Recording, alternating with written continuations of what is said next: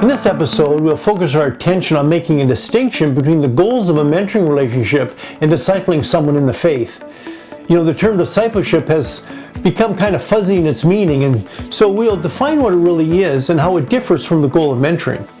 Another potential area of confusion is the misconception that mentoring is the same as spiritual fathering.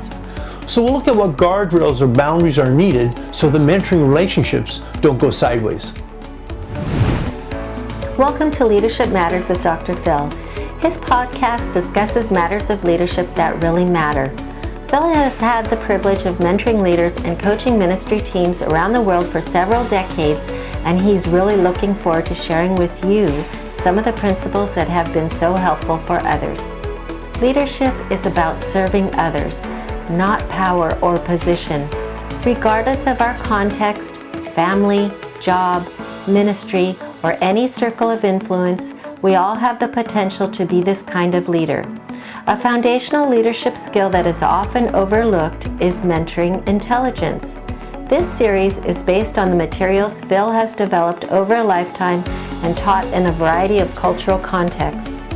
To access all of our podcasts as well as our bonus leadership resources, just click the links in the description below or go to icmcanada.org/leadershipmatters or icmcanada.org/mentoring-intelligence. So now, let's join Phil as he discusses some leadership matters.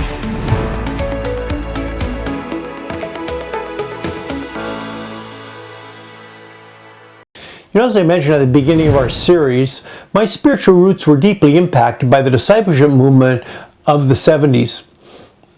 It was through the lives of those leading Genesis, which was a discipleship school in California, that I realized that ministry was about relationship and our life message. Life message then means there's a congruency between my personal life and what I preach to others. Now, none of us are perfect in this, of course, but this has been the lens through which I viewed ministry ever since. And at the time, this included accountability and disciplines. But I was fortunate that I was enrolled in a school that had kind of a balanced approach, because I was very impressionable, of course, at 17 years old. Unfortunately, this wasn't necessarily the case for everyone.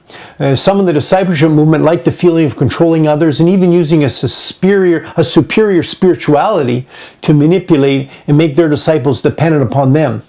You know, if you're from that area, like me, you could probably name names and even have a few scars to prove it.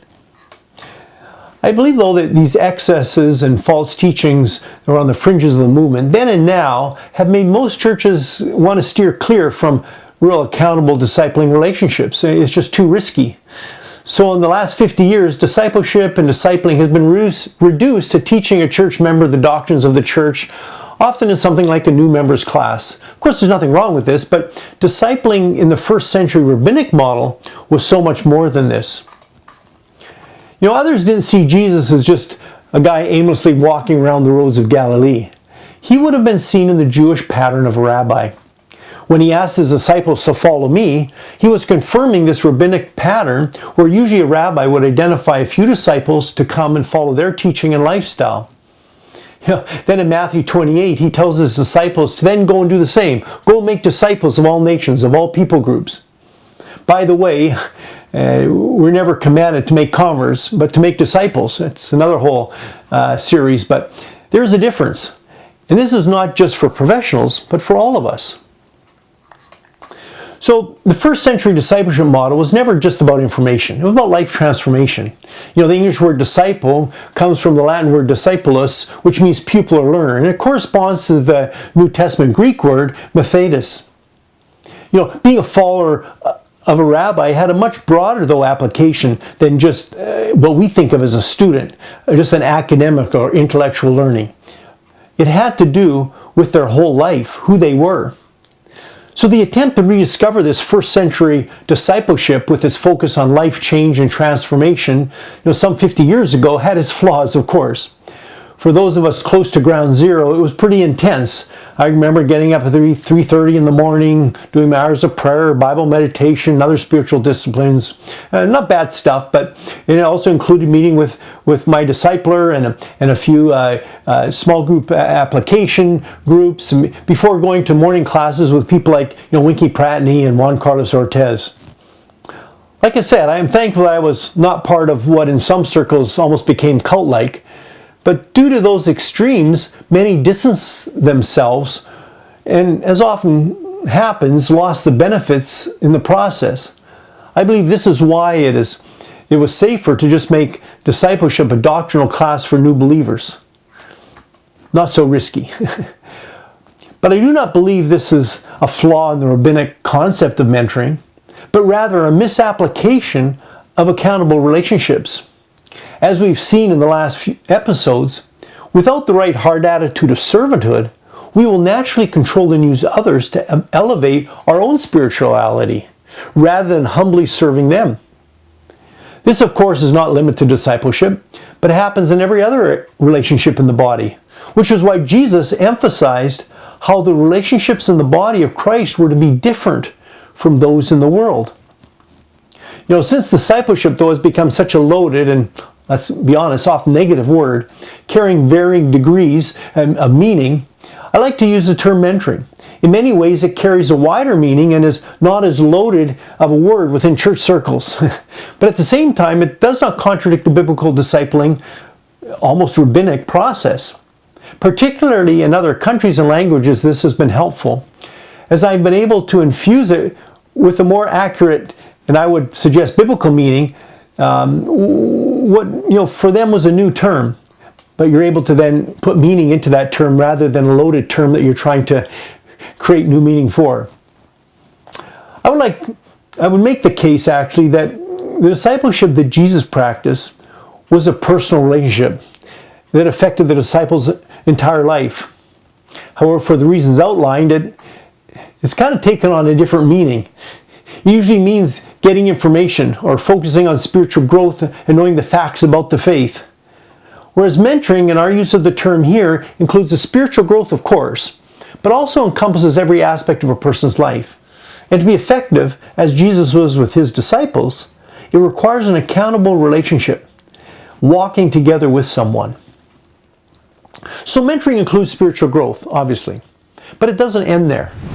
It also should include helping someone deal with issues arising from those fundamental tendencies which we talked about, helping them grow as a leader and then have the tools to go and do the same with others.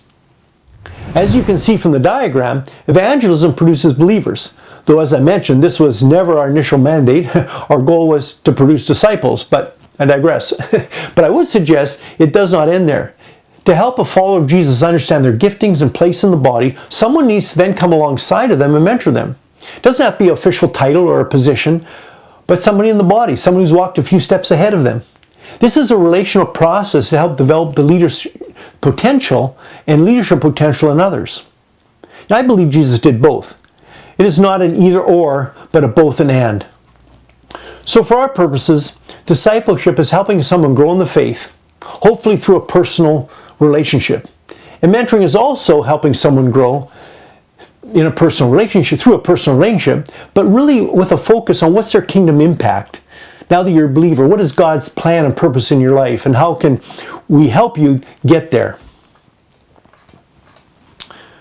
The focus is on self-discovery in creating a trusting relationship to help someone take practical steps to establish new life and ministry patterns.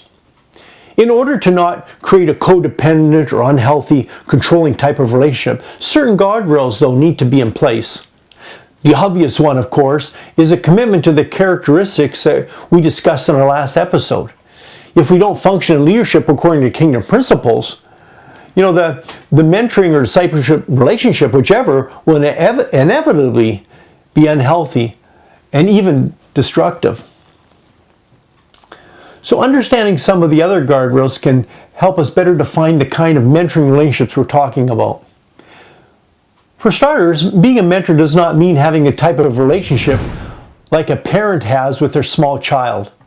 Though the mentor may have experience in certain areas, treating an adult mentoree as a small child only creates dependence and eventually resentment. It never turns out well. This approach actually will stifle leadership development and personal development, the opposite of what we're trying to do.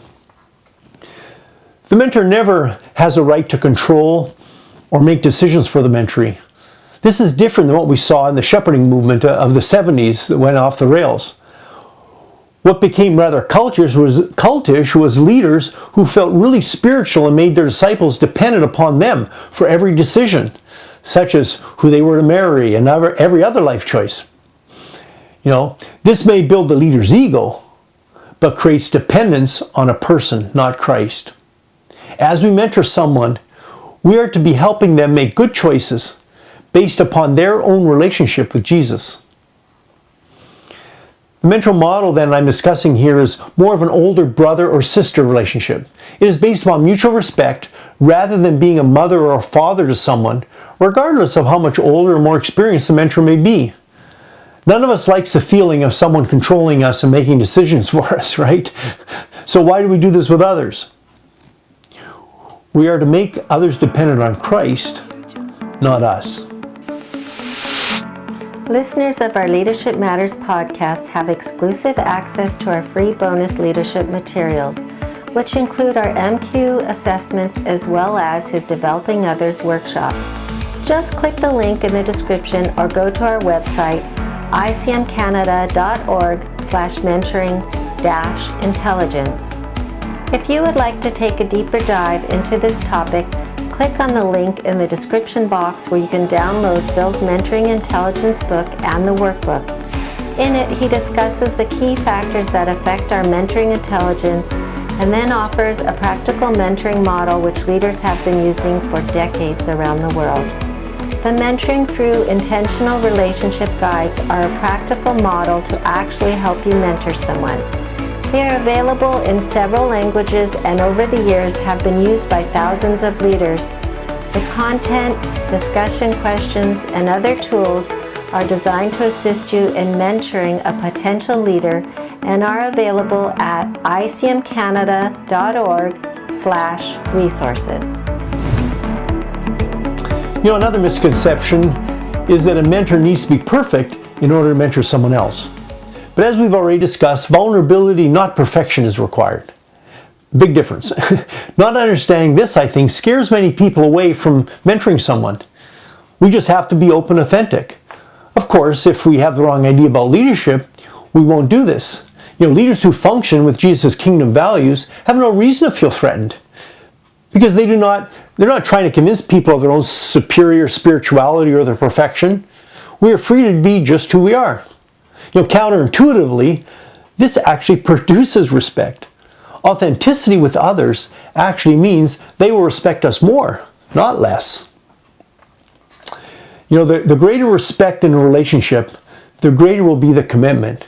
Then the greater the commitment, the greater the mutual accountability. Then the greater the accountability in the relationship, the greater the growth in the mentoree's life. The focus is on helping someone mature and grow. This does not mean that you have to have all the answers. You're more of a resource person, directing them to the right contacts, ideas, resources, etc. Ultimately, though, the mentor must make the final responsibility. They might take the final responsibility for their own growth. Okay, I think another misconception is that to be a mentor means you have to be like a professional teacher or a professional counselor. While the mentoring process may include aspects of these functions, neither of these is the primary task of the mentor. Again, as mentors, we are just those who are walking alongside of someone as a resource person and guiding them in areas of growth they may want and need, with the goal of helping them reach their personal and professional goals. But having an older brother-sister model opens up this mentoring process to all of us. Actually, having a spiritual fathering model works counter to the mentoring model which I am suggesting. Let me explain it. Typically in nature, we only have one father, and so this is a bit of a problematic metaphor when applied to mentoring. Because the reality is that we all have several types of mentors, not just one person who's the father figure in our life. Having just one person in our lives kind of lends itself to dependency and abuse. I would suggest that unlike mentoring, the fathering model is not reproducible in the long run. The one key passage from the Apostle Paul's writing is often used to validate the concept of spiritual fathering. But I would suggest that has taken on a meaning never intended by him or any leader in the first century church. A few years ago, I was teaching on the subject in a country in West Africa, and an older pastor stood up and said, "Oh yeah, mentoring. We have been doing that for years, but here we call it spiritual fathering."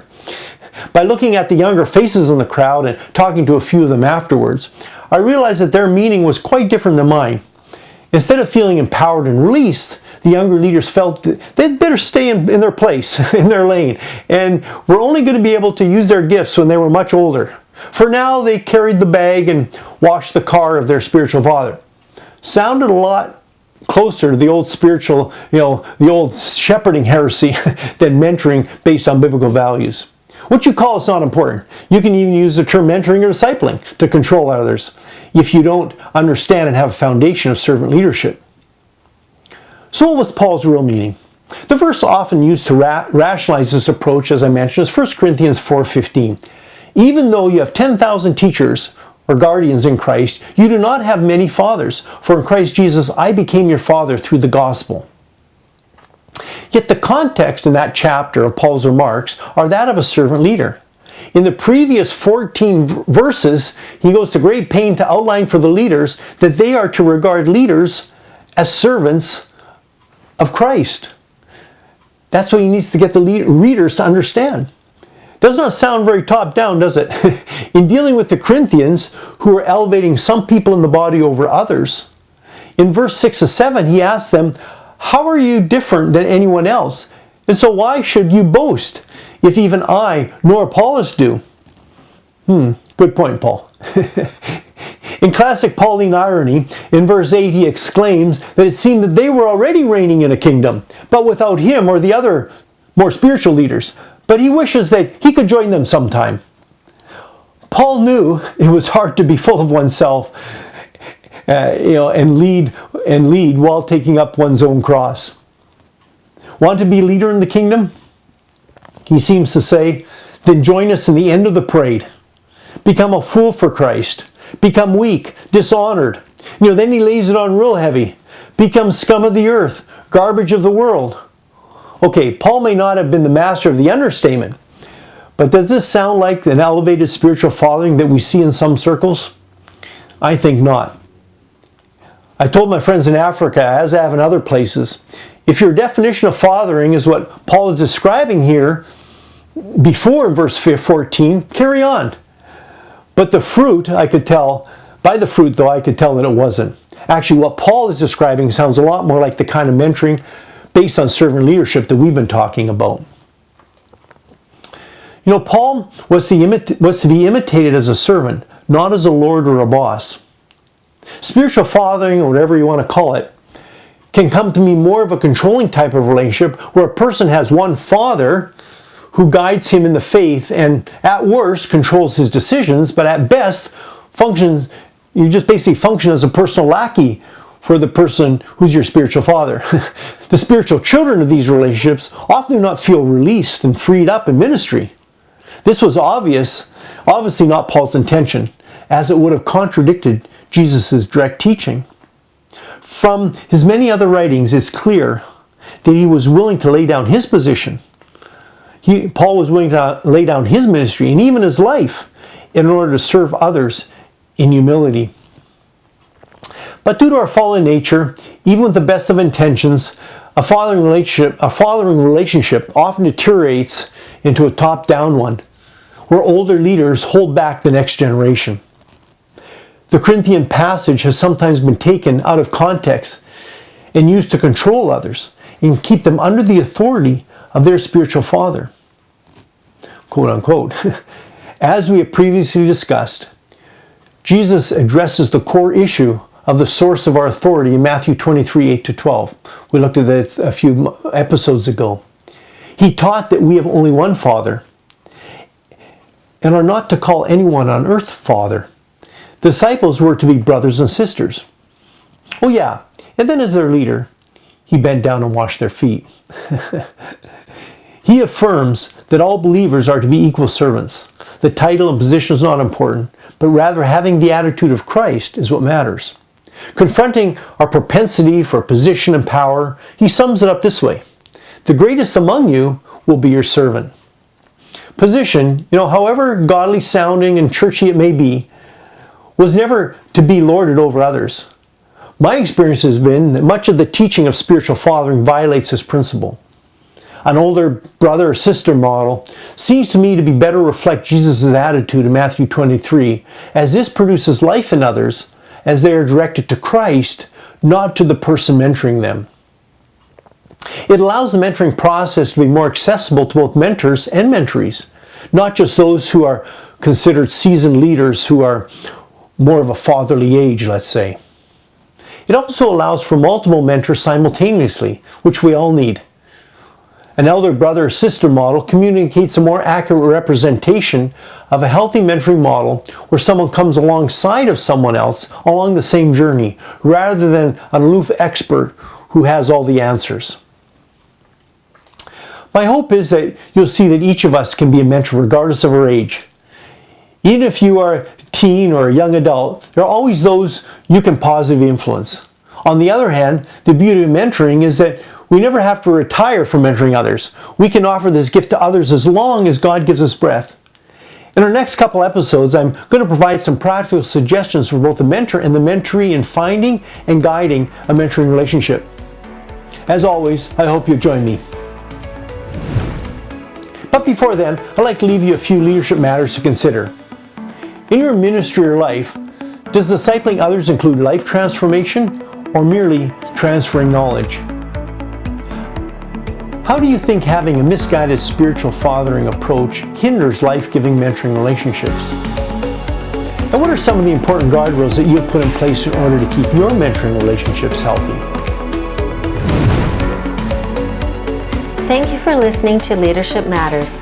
If this has been helpful, please remember to like, subscribe, and share us.